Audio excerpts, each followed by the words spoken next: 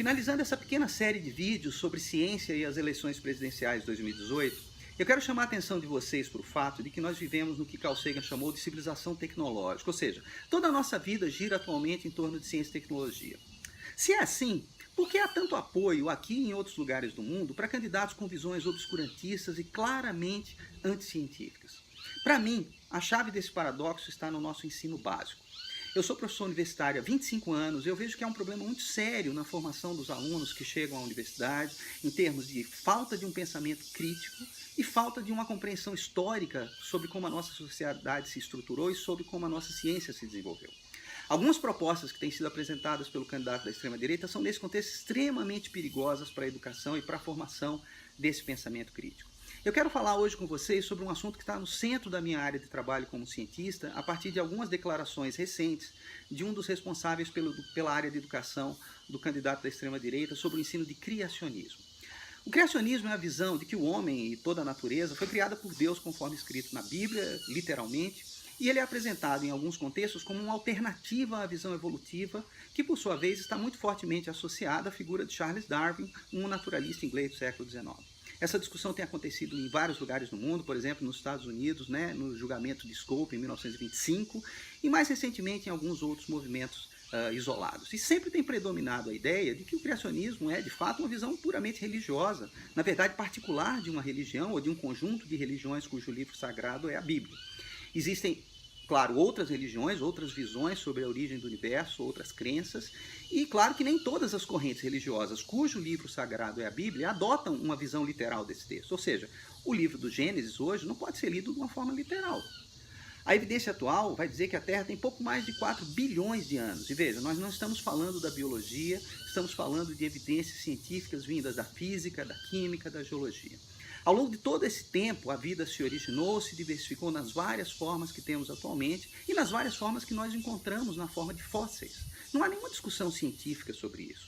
O que os biólogos discutem, na verdade, são os processos que estariam envolvidos nessa mudança, qual a velocidade de evolução, por que alguns tipos de organismos se extinguiram, que fatores do ambiente ou do clima seriam mais importantes para a origem de novas espécies. Vejam, o Charles Darwin apresentou uma teoria biológica importante, desenvolveu o conceito de adaptação por seleção natural e mostrou em 1859 que a evolução era um tópico importante para ser estudado. Mas claro que a biologia avançou muito desde esse tempo e nós tivemos milhares de cientistas importantes ao longo do século XX que pesquisaram esse assunto, mostraram uma série de aspectos importantes para nós compreendermos a evolução com os quais Darwin jamais sonhou.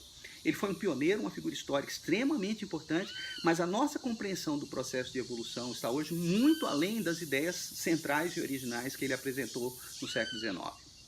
Além disso, algumas pessoas acham que o conhecimento de evolução é apenas teórico, mas de fato, as mesmas teorias e modelos matemáticos que nos permitem entender esse processo histórico de evolução e a origem da biodiversidade, nos permitem também fazer melhoramento genético, prever a expansão de doenças, suas variações, entender a importância das vacinas, discutir a maneira como os antibióticos devem ser administrados, isso para falar rapidamente em algumas aplicações em termos de medicina e agricultura.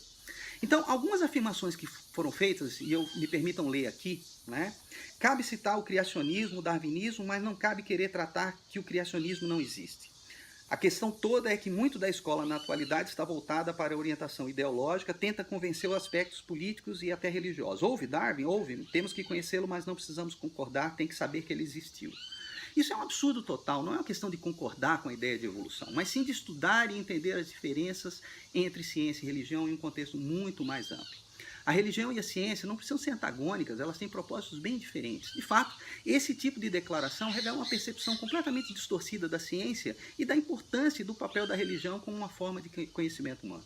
O Brasil já possui uma legislação relativamente adequada e moderna sobre ensino religioso, baseada numa visão ampla, plural, valorizando a diversidade de ideias, o respeito aos princípios éticos, morais, aos direitos humanos. Criar confusão entre ciência e religião e distorcer os seus princípios já acontece um pouco hoje em dia, e formalizar e legitimar isso não vai ajudar em nada o nosso ensino. Mais interessante, essas colocações mostram também uma incoerência. Se temos que ensinar nas escolas uma ideia criacionista, colocada como algo para se concordar em oposição ao darwinismo, isso sim é uma forma de ideologia ou de ideologização. Como nos explica o historiador israelense Yuval Harari no livro Sapiens, um livro que eu recomendo fortemente para todos vocês, ideologias e religiões são muito similares em termos de estrutura e de pensamento, pois elas são de fato sistemas de crença que nos dão visões amplas do mundo.